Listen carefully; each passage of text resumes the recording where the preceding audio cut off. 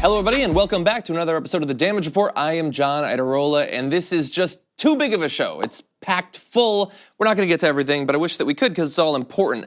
Throughout this hour, we're going to talk about a fairly big development in the Democratic primary that is in its early stages right now, but I think this is actually going to be a big narrative throughout it, which we'll be breaking down. A little bit later on, a couple of freshman congresswomen being attacked for a number of different reasons. We're going to talk about why both Ilhan Omar and Alexandria Ocasio-Cortez are innocent on the charges being presented against them. Some from the left, some from the right. I'm going to talk about both of those. We'll be closing out the show with Meanwhile in news updates from around the world. And along the way, we've got two awesome guests who are going to be joining us. So just in a little bit, Cay Johnston, investigative journalist, is going to be joining us again on the show to break down the latest developments in Donald Trump's ongoing saga, including reactions to last week's Michael Cohen testimony, the new investigations that the House is launching, and the enduring quest for Donald Trump's taxes. Later on, Jamal Khashoggi is going to be joining us, close family friend of Stephon Clark's family, to respond to the developments that we talked about on yesterday's show, which were certainly disappointing in that totally needless tragedy of a killing. So why don't we jump into the domestic news first? Big news for the Democratic primary: Hillary Clinton will not be running again. She said this, talking with a New York television station: "I'm not running, but I'm going to keep working on and speaking and standing up for what I believe." So that is fairly clear, fairly unambiguous. Small caveat, and I don't think that it actually applies here. I'm just putting it out there. There is nothing in the world that people lie about more than that they're not running for president or for whatever. The reason being that it literally doesn't matter if you lie about it. If you say I'm not running and then it turns out that you are, nobody cares. What's the difference? So people lie a ton. But I think that she's probably being honest here. And she goes more in depth into what she will be doing during this primary. She is not going back into the woods or anything like that. She says, "I'm not going anywhere. What's at stake in our country, the kind of things that are happening right now, are deeply troubling to me. And I'm also thinking hard about how do we start talking and listening to each other again. We've just gotten so polarized. We've gotten into really opposing camps, unlike anything I've ever seen in my adult life." So I agree with her there. And it's interesting. She sounds very similar to another politician, which we're going to return to in just a few minutes. The issue is that while I totally agree with her evaluation of where we are as a country and inside of the Democratic Party and inside of the left, many of the people who support her the most at the highest levels, former aides and campaign managers and activists and all that, who were big Hillary fans back in 2016, they don't appear to have gotten this memo, and they have started off this campaign aggressively attacking Bernie Sanders. I would say other candidates, but it's mainly Bernie Sanders. We'll see if they diversify a bit. But let's talk about just a little bit of this. So Nick Morell, who'd worked with Hillary Clinton, had been responding to a question on The View that Bernie Sanders faced, which was, would he ask Hillary Clinton for advice on the campaign trail? So this was asked by Meghan McCain, bear that in mind. And Nick Morell responded to Bernie Sanders' response, which was, "No, I don't think I'll be doing that," saying, "I don't know who our nominee is going to be, but I am damn sure that beating Trump and getting America back on the right footing is going to require a unified Democratic Party. So stuff like this, 613 days before Election Day, is irresponsible, counterproductive, and sets us all back," saying that Bernie Sanders saying that he would not be asking Hillary Clinton for campaign advice is divisive. Okay, well, I will let you rate that against some of the other divisive things which we're going to cover, but bear in mind, this question was not asked by the leftist on the panel, if there is one. It was Meghan McCain. Meghan McCain asked this question specifically to try to create division.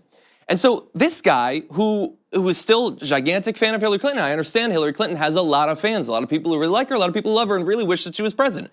I wish that she was president right now because we were living in a waking nightmare.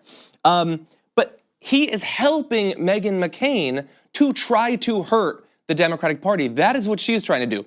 Create division. It's not like she's just concerned about Bernie because she wants what's best for the Democratic Party. And they are playing into this. And it's not just this guy. So Politico, maybe accidentally, doesn't really seem like it, has been on a tear against progressives recently. So we broke down and threw them into the trash over their articles, their really dishonest articles about Nimiki Konst, who had been running as New York City's public advocate. We had the ex-Clinton staffers slam Sanders over private jet flights, leaving out the fact, of course, that those private jet flights were literally to fly around the country doing events to get Hillary Clinton elected in the weeks and months leading up to the election. So they had that. They have another one. Clinton camp stews over Sanders' 2020 campaign, which is basically just, hey, anybody who worked for Hillary Clinton, just come on here and complain about Bernie Sanders. They just collected a bunch of that stuff. And so I'm going to go out on a limb. This is a bold prediction. We can expect a lot of this through the course of this primary, where Politico apparently believes that while there's like 75 different people running in this primary, they're going to talk about one of them. And not in a proactive, let's push our agenda sort of way, just we got to take this guy down. And we will allow anyone who has any sour grapes about the 2016 campaign to come on to help do it. And so self-defeatingly at times. So this is from the Politico piece. When Sanders pulled in $1 million in the first 3.5 hours of his campaign, Adam Parkomenko, the former director of grassroots engagement for the 2016 Clinton campaign, tweeted, "Only half were named Vladimir." Like, this is a cliche at this point. Like, first of all, I like to think that I have a special amount of credibility in talking about this issue because I acknowledge and am worried about Russian interference in the election. But they're not supporting Bernie Sanders. That is insane. He has a very real chance, if he's the nominee, of taking down Donald Trump. Like, you got some signals crossed there, and you just want to say, I don't like him, so obviously he must be supported by the people who support the other people that I don't like. Damn the logic. Who cares at that point? You had, after Sanders' first rally this weekend, former Clinton campaign aide Zerlina Maxwell claimed on MSNBC that Sanders, quote, did not mention race or gender until 23 minutes into his speech. She later walked back her comments after critics, including former Sanders campaign staffer Waleed Shahid, noted that Sanders talked about racism and sexism much earlier in the event, literally just minutes into it. And she was watching and doing live analysis, but it plays into a narrative, so ignore the things that he said in a speech that was predominantly about those issues because it helps to advance that narrative. But I want to return to, I said in the beginning, Hillary Clinton actually sounds like another politician. That politician is Bernie Sanders in this case, because he sent an email just a couple of weeks ago to his supporters saying, as we engage with our opponents in the Democratic primary, we will forcefully present our views and defend ourselves against misrepresentations. But let us do our very best to engage respectfully with our Democratic opponents, talking about the issues we are fighting for, not about personalities or past grievances. I want to be clear that I condemn bullying and harassment of any kind and in any space. And I could not agree more with that statement. And I hope so much that that is how we go through this Democratic primary, because Bernie doesn't want to relitigate the 2016 primary. Hillary says she doesn't want to relitigate the 2016 primary, but her staffers, they sure seem to want to do that. And just because Hillary's not running in this campaign does not mean that we're not going to have shades of 2016. I don't expect that those people watch the show, and they're certainly not going to listen to me. But anyone who does, please go through this process in the way that Bernie Sanders wants us to, respectfully, disagreeing on the policy, what actually matters, pushing what we believe needs to happen in terms of pursuing our values and pushing for policies that will help the American people and America more generally. That is what we need. Politico is going to be on the opposite side of this, but we don't need to make both sidesing this any easier of a case to be made. With that, we're going to take a short break. When we come back, Cay Johnston is going to be joining us to talk about Michael Cohen, Donald Trump, and more after this. We need to talk about a relatively new show called the Republic, or UNFTR. As a Young Turks fan, you already know that the government, the media, and corporations are constantly peddling lies that serve the interests of the rich and powerful. But now there's a podcast dedicated to unraveling those lies, debunking the conventional wisdom. In each episode of the Republic, or UNFTR, the host delves into a different historical episode or topic that's generally misunderstood or purposely obfuscated by the so-called powers that be. Featuring in-depth research, razor-sharp commentary, and just the right amount of vulgarity, the UNFTR podcast takes a sledgehammer to what you thought you knew about some of the nation's most sacred historical cows. But don't just take my word for it. The New York Times described UNFTR as consistently compelling and educational, aiming to challenge conventional wisdom and upend the historical narratives that were taught in school. For as the great philosopher Yoda once put it, you must unlearn what you have learned. And that's true whether you're in Jedi training or you're uprooting and exposing all the propaganda and disinformation you've been fed over the course of your lifetime. So search for UNFTR in your podcast app today and get ready to get informed, angered, and entertained all at the same time.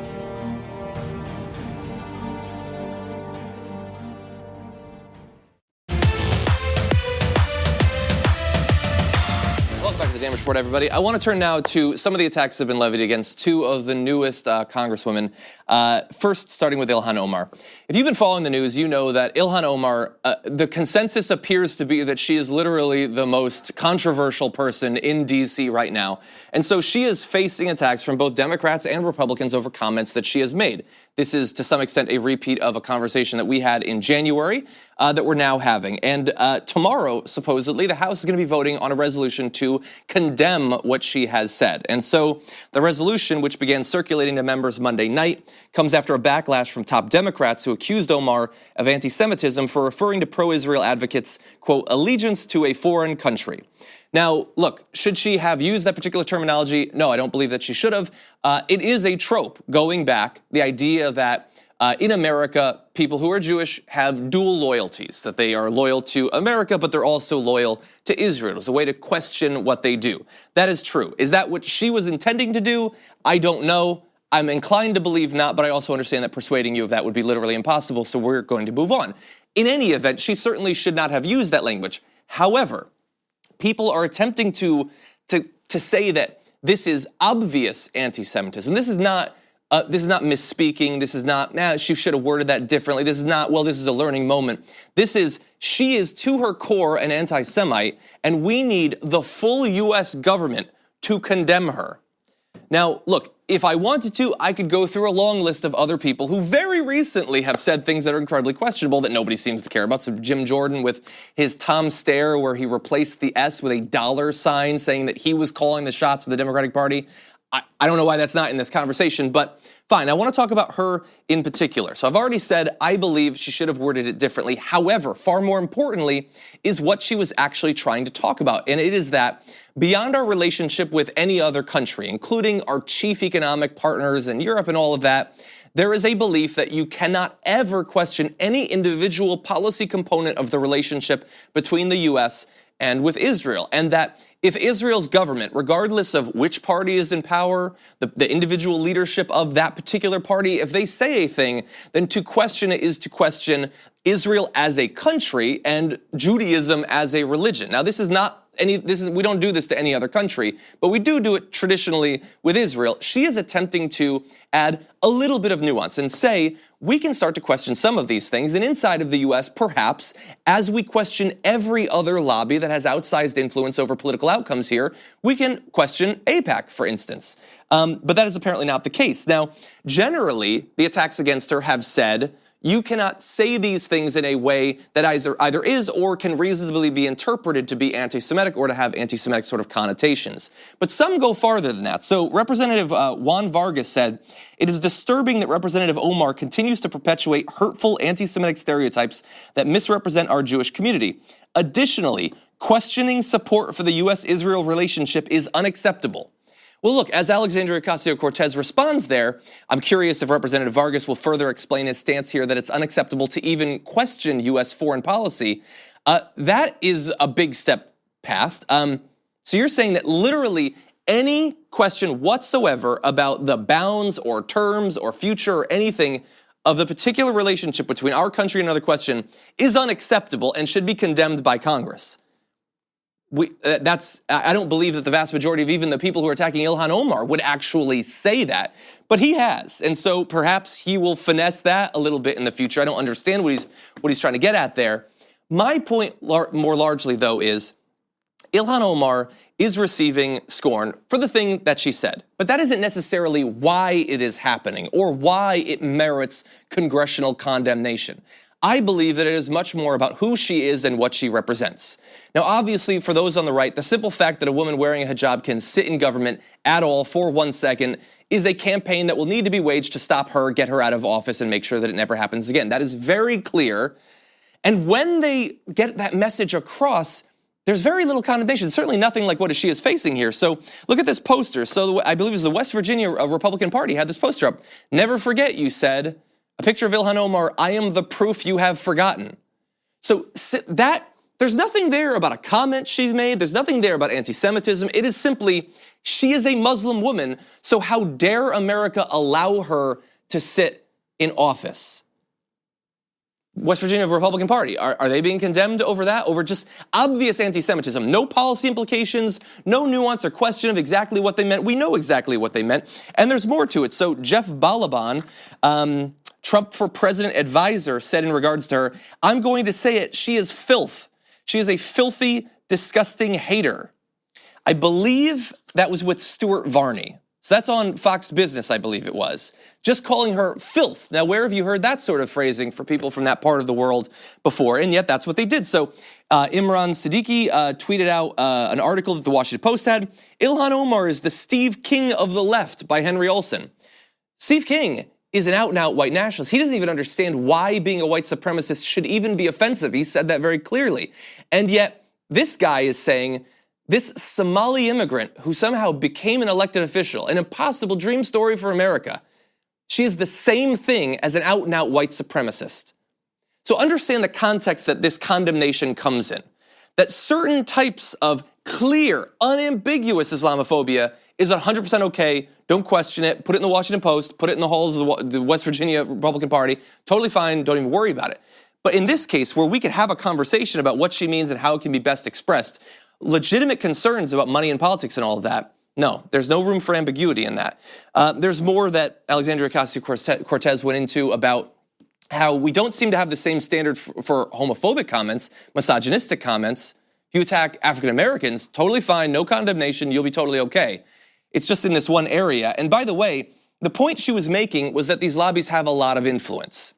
And I guess the counterpoint is that that's unacceptable, and that's not true. And so it's odd that in the wake of what she said, Stephen Fisk, who's a longtime activist for AIPAC, said of Rashida Tlaib, Alexandria Ocasio-Cortez, and Ilhan Omar, they are three people who, in my opinion, will not be around in several years. If you're fighting against the idea that your lobby has a lot of power, claiming that you are able to predict that these three representatives in totally different parts of the country are all going to be taken out because they turned against this lobby or are perceived to have, that undercuts the argument just a little bit from my point of view. Okay, I want to move on to something slightly lighter, and that is attacks against AOC for purported hypocrisy on the Green New Deal continue, and they're getting even more ridiculous as time passes. So New York Post had this: gas-guzzling car ride exposes AOC's hypocrisy amid Green New Deal pledge. So if you are advocating for more electric vehicles and public transportation, and you ever step foot in a Corolla, God help you, we're going to take you down, AOC. That seems weird. But remember, we talked about something last week. It was Caleb Hull who took a weird creep shot of her and her chief of staff eating hamburgers. Let's bring that up. Stalking her in restaurants and saying that because I believe that you're going to ban hamburgers. You're not, it's not in there, but I believe it. If I see you in In-N-Out, we're going to take you down, is obviously ridiculous as well. Jordan Ewell, who's a friend of the show, said, breaking news, AOC caught exhaling carbon dioxide, more at 6 or something like that. And it's ridiculous. Again, they could, if they wanted to. If you're not an environmentalist, if you don't believe in the Green New Deal, if you're a climate denier or a climate delayer or whatever, you could argue against the policy on the merits and say, well, I have a plan that lowers air pollution because I care about that at the very least and stimulates economic activity, and I believe it's better than the Green New Deal. They could do that. They are choosing not to do that. They are spreading ridiculous, obviously false things in an attempt to make her seem crazy, a trope that they turn back to time and time again. Spreading conspiracy theories, the fact that Donald Trump has so eagerly jumped onto these things should be a sign that perhaps the facts are not behind them. So anyone who's adding on to this, understand who your allies are in this fight. Now, she takes things in stride. She responds in a very funny way, saying, according to GOP, when poor and working people advocate for themselves, we shouldn't listen because they're irresponsible. Yet when higher incomes fight for working people, we shouldn't listen because they're hypocrites. How about we fight for the right thing because it's the right thing? And I think she's proving that there is a big appetite in this country for people who choose to do that. She also said, she had a picture on Twitter saying, I need to admit something to you all. Frankly, I don't know how my environmental reputation can recover. Today, I wrote in a book made out of paper. Apparently using present technology means I can't fight for new jobs, investing in infrastructure and renewable energy. I pointed out perhaps she should have used a tablet, but people responded saying that would be a waste of electricity. She also got called out for taking a van somewhere. She says, I will have you know my tia was very upset that the New York Post insulted her minivan. She's riding around with her family. can we get it together as a country, please, people, and argue on the merits? If you don't believe that climate change is happening, or if you don't think the Green New Deal is the way to address it, say that. Lay out a plan. Talk to some scientists, okay? That attacking her for every food choice. I mean, God knows what fibers her clothes are made out of. They're gonna be on that next. She once patted a pig, and she says we shouldn't eat so many. I don't know where they're gonna go next. But I do wanna say, she understands why she is being targeted in this particular way. And a great quote, "The idea that a woman could be as powerful as a man is something that our society can't deal with. But I am as powerful as a man, and it drives them crazy." Like, when I first read that, it almost made me tear up in that interview because it is so powerful and so true. It doesn't mean that if Alexandria Ocasio-Cortez was Alex Ocasio-Cortez, they wouldn't oppose him, but it would come from a very different perspective. The ferocity of it would not be there in the same way, and that is, I think, so clear. Now, very fast, I just want to play one video of why she responds to these things, because some politicians don't. They think we should be super hands-off, don't engage. She doesn't think so, and here's what she said about that.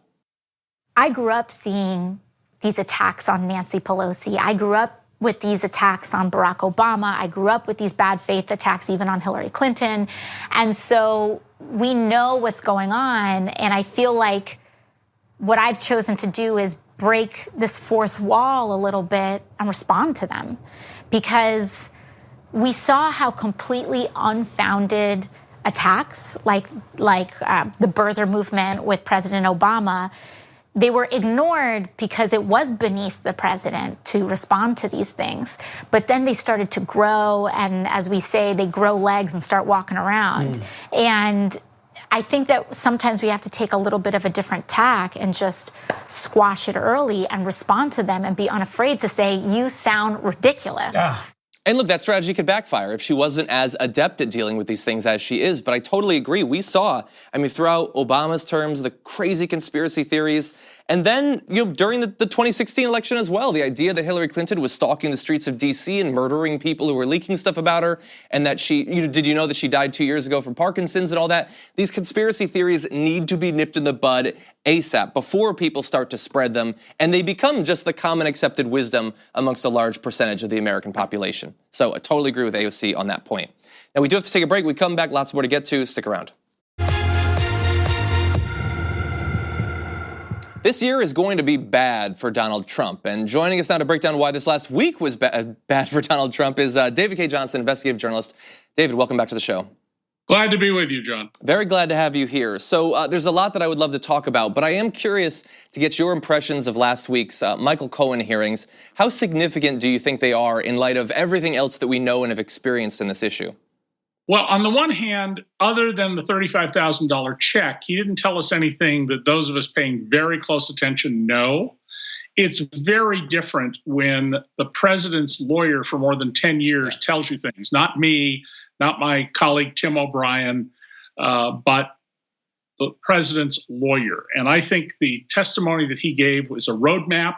I count at least 14 different criminal paths that prosecutors could follow, or the committee could follow. 14. And of course, he's coming back Wednesday of this week, and they'll be doing more testimony, although I'm not sure whether it's behind closed doors or in the open. I believe that it might be behind closed doors, unfortunately, but maybe some will come out from what he had said. I'm also interested, the questioning from the Republicans during the Michael Cohen hearing. I had expected that they would make a good faith attempt to argue that the president hasn't broken any laws, but they did not seem interested in that at all. What do you think about that strategy?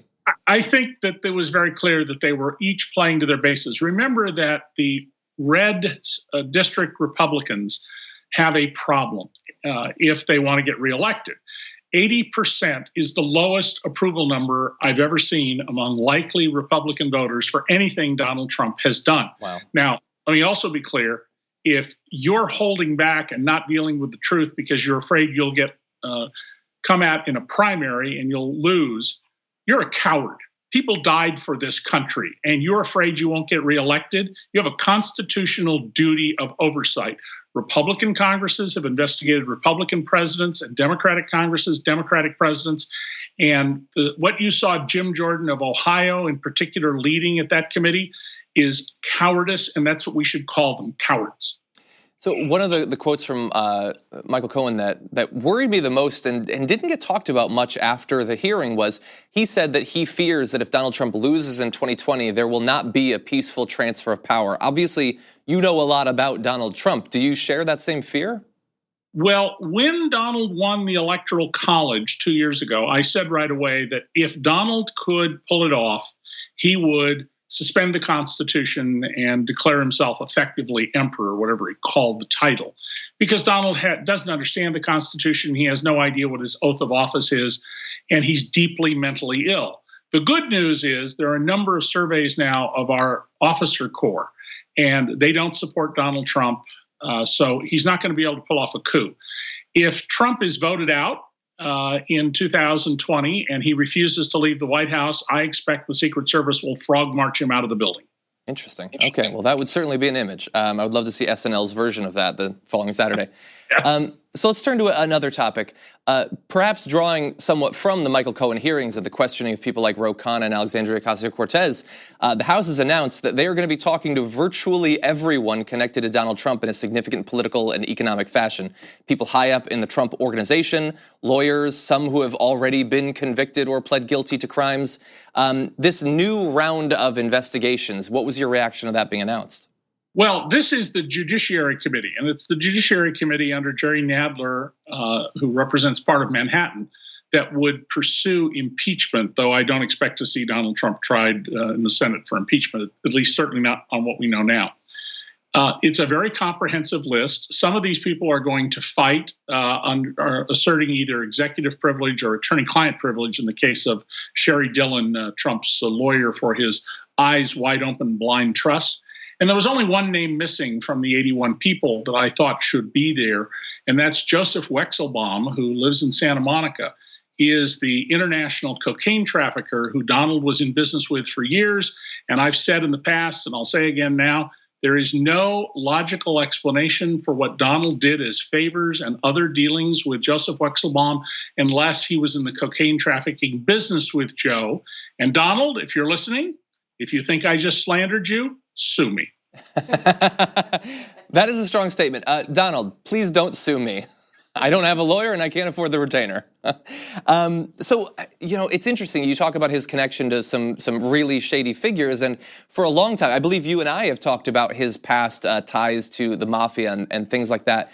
It certainly seemed like it's not just historic connections, but that the more we learn about, especially coming from Michael Cohen, it seems like the Trump organization has adapted some sort of mob ways of running things, the constant threats and the secrecy and the hidden orders and things like that. Is that a fair assessment? Absolutely, it's a fair assessment. And Donald's dealings are not limited just to mafia-connected people in the New York construction business. If that was the case, you could say, well, they had a hand over this guy. But while other developers went to the FBI and the Justice Department almost 40 years ago and said, you got to get these guys out of our pockets, Donald did not. Mm-hmm. And when there was a concrete strike in New York and the Teamsters and the Concrete Workers Union were both under the thumb of the Genovese and Gambino crime families, every construction project in New York that used concrete, whether you were just patching your driveway or it was something bigger, stopped, except Trump Tower. And Donald, throughout his life, has dealt with not just traditional mafia in New York, but Russian mobsters, Georgian, as in the country, Georgia mobsters, Kazakh mobsters, Irish mobsters, all sorts of people like that. And he operates as the third generation head of a white-collar crime family. Let's check the family history. His grandfather, Friedrich, flees the German draft in 1885 when he turned 16, as a lot of young men did, comes to America, lies to get his citizenship, and runs whorehouses. He was a pimp in Washington State and the Yukon Territory. His father, Fred, had a business partner, Willie Tomasello, who was a front for the Genovese and Gambino crime families. And these are not people who go out and break your legs or murder people. These are people who cheat and steal from you by refusing to pay for things and using the court process. That sounds like his MO there. And there's in addition to the RICO statutes federally, John, there's a New York State RICO law which could be applied. So even if Trump somehow could stop the Southern District of New York, Letitia James, the new Attorney General of New York, who's promised to be vigilant and aggressive dealing with Trump can make a case. You know, I'm curious. I don't know if you saw this morning, but apparently Mitch McConnell has acknowledged that there is likely to be a vote and enough votes to have the Senate block the declaration of a national emergency. And so I'm curious from your point of view, based again on what you know historically about Donald Trump, how do you think he'll react to not just the Democrats, but in this case, some Republicans as well, working to hamstring him a little bit in this particular regard? Well, you're finally beginning to see some of the Republicans who have principles about what the power of the executive is, and the executive's authority is basically to do whatever Congress has told him to do, separating themselves. And for sure, he will lose this vote in the Senate, but he will veto it. He will denounce the Republicans who voted against him as traitors. He will threaten to raise money to go after them, which is an extraordinary thing for a president of any party to do about members of his own party. And the thing to see will be, are there 67 votes in the Senate to override a veto of this? If the Republicans have any principles at all, they should, because this is not a national emergency. Everything points against it, including Trump's own words. You know, it's interesting because I too have been looking to see, will we start to see a few elected Republican rats start to flee the ship at some point? But I'm also curious about his base on the one hand. Does that start to slip a little bit? And then his the media arm in Fox News. And I just saw yesterday, I think it was New York Magazine, showed that he maintains. What's that? The New Yorker. The New Yorker, yes, sorry. His loyalty ratings for different hosts, Steve Doocy is still a 12 out of 10, which is pretty amazing. Do you think that we might start to see a little bit of question? Because as of right now, Sean Hannity and all of them still seem they're locked in for Donald Trump. Well, at the end of the day, Rupert Murdoch is a commercial animal. And if at some point he concludes that the enormous profits that are being turned out by Fox, because looked at as a business, not journalism, it's a really well-run, smart business. If he begins to see that his profits are endangered, then he will issue directives to change the stories, just as he, according to Jane Meyer's story in the New Yorker, killed the story they had about paying off Stormy Daniels. The reporter being told, Rupert wants Donald to win, so sorry, good try, but we're not going to run that story. Among his base, Michael Cohen's testimony on its own is not going to change anything, but we're about to see political drip torture, witness after document. And if the Democrats don't overplay their hand, they focus on what's significant, and they learn not to preen when they ask questions, and they follow the model of Ocasio-Cortez, Katie Hill from Southern California, Gomez, and a few others, and ask meaningful questions, what are called soup questions in the movie Finding Forrester. You will begin to see some Republicans slip away. Keep this in mind. On the day that Richard Nixon resigned, and every single member of the House and Senate was against him, 29% of the American public was still with Richard Nixon. Wow. I just have one more question based on what you said there. First of all, I totally agree. I would be totally fine with no more preening. We could get through these hearings much faster as well. And hopefully some people will take inspiration from what they saw out of some of the questioners that you mentioned. In terms of not overplaying their hand and focusing on what's important, though, I am curious, do you think that they should be focusing on tax evasion? Should they keep up the line on the hush money payments? House Minority Leader Kevin McCarthy said, I think yesterday, that if he paid off these women, that's not an impeachable offense, so who cares, I guess. What do you think they should focus on? Well, much as tax is my issue, and I would like to see much more done on tax, it doesn't appear to resonate particularly with the public. I think the important thing to do is to get the public to understand that the Trump Organization is a criminal enterprise. It's always been a criminal enterprise. And showing that at every turn when there was something to do, they were dishonest, they cheated people, they cheated workers, took goods and refused to pay for them, had all sorts of unsavory connections. I think that's the most important line to pursue. The second one is what appears to be the sale of American secrets by Jared Kushner for immediate political gain and future economic gain. That's a crime for which he could spend the rest of his life in solitary confinement based on some other cases that we've had. That's true. And I think this is critically important. He has no business having a national security clearance. We know that Trump and Ivanka, his daughter, both lied that Trump had nothing to do with this, when in fact, Chief of Staff John Kelly and the former White House counsel Don McGahn were so worried they might be prosecuted in the future that they wrote memos to the file saying, we did this under orders from the president. And that was an amazing revelation that they felt that they should do that. Well, David Cay Johnston, it's always a pleasure having you on. Thank you for joining us on the show. John, glad to be here. We're going to take a short break. We come back. A number of high-profile Democrats sign on to a pledge to end America's never-ending wars abroad. We'll break that down and tell you who's on the list after this. The stars ignite in a light beam is split between dreams and snares some nice kicks. I'm a product of the stars ignite in a light beam. I read something really depressing earlier this week, and that was that I believe for the first time, a soldier was deployed to the Middle East to fight in those wars who was born after 9/11. So we've been engaged in these wars for longer than some of the people fighting them have even been alive. But thankfully, some politicians are taking seriously the need to stop this forever state of war that has become so normalized in America. I mean, we've talked multiple times with Ro Khanna about ending involvement in conflicts like in Yemen. Obviously, Bernie Sanders has been doing great work in this area. But there's also activist groups who are working to push it to the next level. And so there's a group called Common Defense that got a number of different elected Democrats to sign on to a pledge to end these forever wars. Part of the pledge reads, the United States has been in a state of continuous global open-ended military conflict since 2001. Over 2.5 million troops have fought in this forever war in over a dozen countries, including Afghanistan, Iraq, Syria, Yemen, Jordan, Niger, Somalia, and Thailand.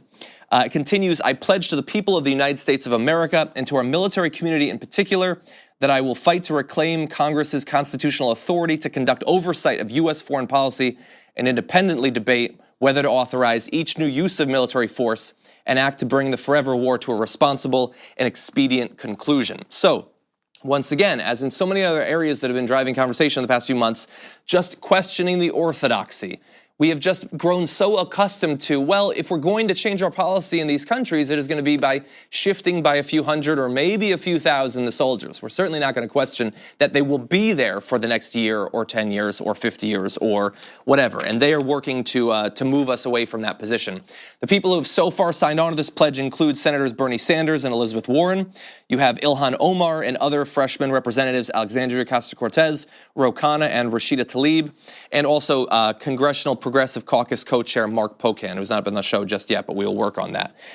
This is awesome. And also, by the way, in the particular language that they use of Congress not just opposing war, but reasserting that it is the body that is supposed to be setting our policy vis-a-vis military conflict and foreign policy. That is a new thing that hopefully, historically, you have not seen Congress asserting itself in that area, despite the fact that the War Powers Act passed, I think, in 1963. We had just this year the first use of it ever. And we hopefully see that pushed all the way through to Trump's desk as well. And if we start to see that applied to more conflicts, I think that is a great direction for America to move in. I want to read just one more quote. This is from Representative Ilhan Omar, who said, war has been so much a part of the American culture, it's so normalized. We only talk about vets when we talk about the kind of resources they need. We never really have a conversation with vets on what defense should look like and where our engagements are appropriate and when they're not. And the ones we often talk to are people who might have led and might not be the ones getting shot at every day. To that, I know that there are some vets in Congress that are apparently considering signing on to this. I hope that's the case. It seems like it would be an easy sell to people who, unlike me, have actually experienced firsthand the horrors of these forever wars. I hope to see more of that, and not just on the Democratic side. There are any number of vets who are Republicans that should take this seriously and should not feel like it is controversial to say that we don't need to go another 18 years. We don't need another generation serving in past generations' footsteps in Syria, Afghanistan, Iraq, and other countries in the region. With that said, we're going to take one more break. We come back, news from around the globe after this.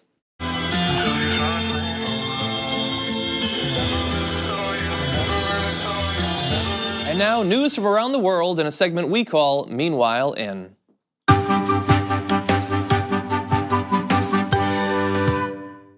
Meanwhile, in Turkey, Al Jazeera reports that evidence has been collected that implies that murdered Washington Post journalist Jamal Khashoggi's body might have been disposed of by burning it in an outdoor furnace, which is as horrifying and awful as it initially sounds. Turkish authorities monitored the burning of the outdoor furnace from outside the premises as bags believing to be containing his body parts were transferred to the Saudi consul's home after he was killed inside the consulate a few hundred meters away.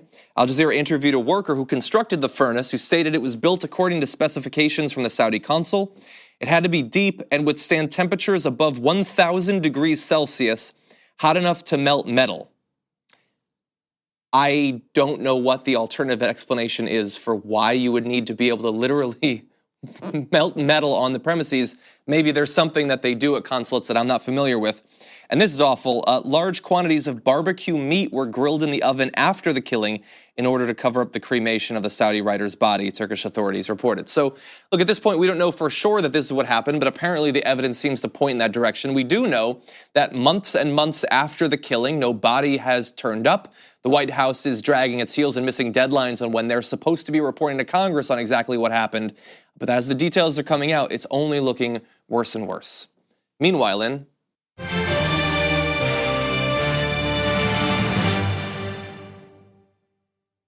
in Germany, a parade was held that had no F's left to give and provided some political commentary that I would define as unambiguous. So this is in Dusseldorf, and one float portrayed a naked Trump as the guardian angel of Saudi Crown Prince Mohammed bin Salman clutching a bloody chainsaw. That was a reference, of course, to the killing we just talked about of Jamal Khashoggi at the Saudi consulate. Another float showed Trump and Russian President Vladimir Putin ripping up a nuclear arms treaty. And a few weeks before Britain is due to leave the European Union, Theresa May was depicted with a long nose impaling a man wearing a Union Jack hat and carrying briefcases marked economy. This is like a political cartoon if a political cartoon was towering above you and was horrifying. I wish, by the way, we could show you the photos. The AP was being oddly restrictive on showing you it. But look up Dusseldorf Trump chainsaw. It'll come up. It's very graphic, by the way. And I would also say the depiction of Mohammed bin Salman seems maybe a little bit racist. I know he's a murderer and a dictator and all that, but I think we could be a little bit careful with some of the stereotyping in our political floats. Anyway, we don't have stuff like this in the US as far as I know, but it's awesome. It's certainly works of art, and I would like to see more of that. Meanwhile, in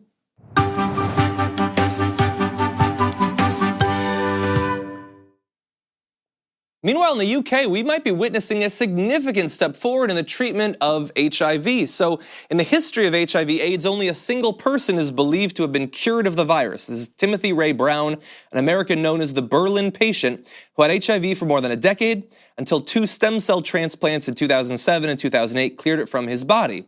So that was a decade ago, and there had been only one. Now we believe there might actually be a second. Like Brown, the new patient had a form of cancer and received a treatment involving chemotherapy to wipe out his immune system and replace it via stem cell transplant with non-malignant donor cells.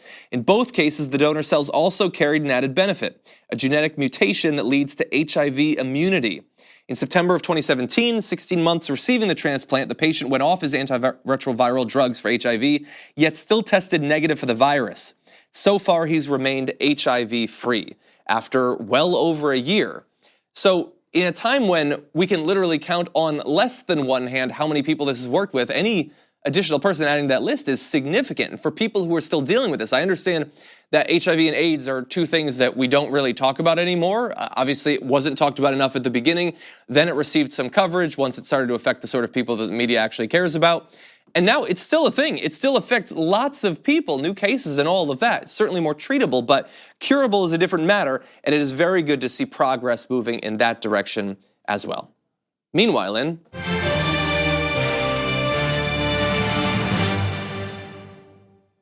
Meanwhile, around the world in the very near future, a series of climate rallies are going to be held, focusing heavily on the exact same sort of youth-led climate change, but pressing for the need to do something about it. We've had that here. It's going to be happening around the globe, actually. On March 15th, just a couple of weeks away, tens of thousands of high school and middle school students in more than 30 countries plan to skip school to demand that politicians treat the global climate crisis as the emergency it is. Hopefully the leaders of all of these countries will treat them with more respect than Feinstein did not that long ago. Greta Thunberg, a big activist in the area, said, if you think that we should be in school instead, then we suggest that you take our place in the streets, striking from your work. Or better yet, join us so we can speed up the process. That is awesome. She's awesome, by the way. Look up some of what she has done before. Anyway, thank you everybody for joining us. We're going to have so much more a little bit later this week. Big guests coming as well. We'll see you then.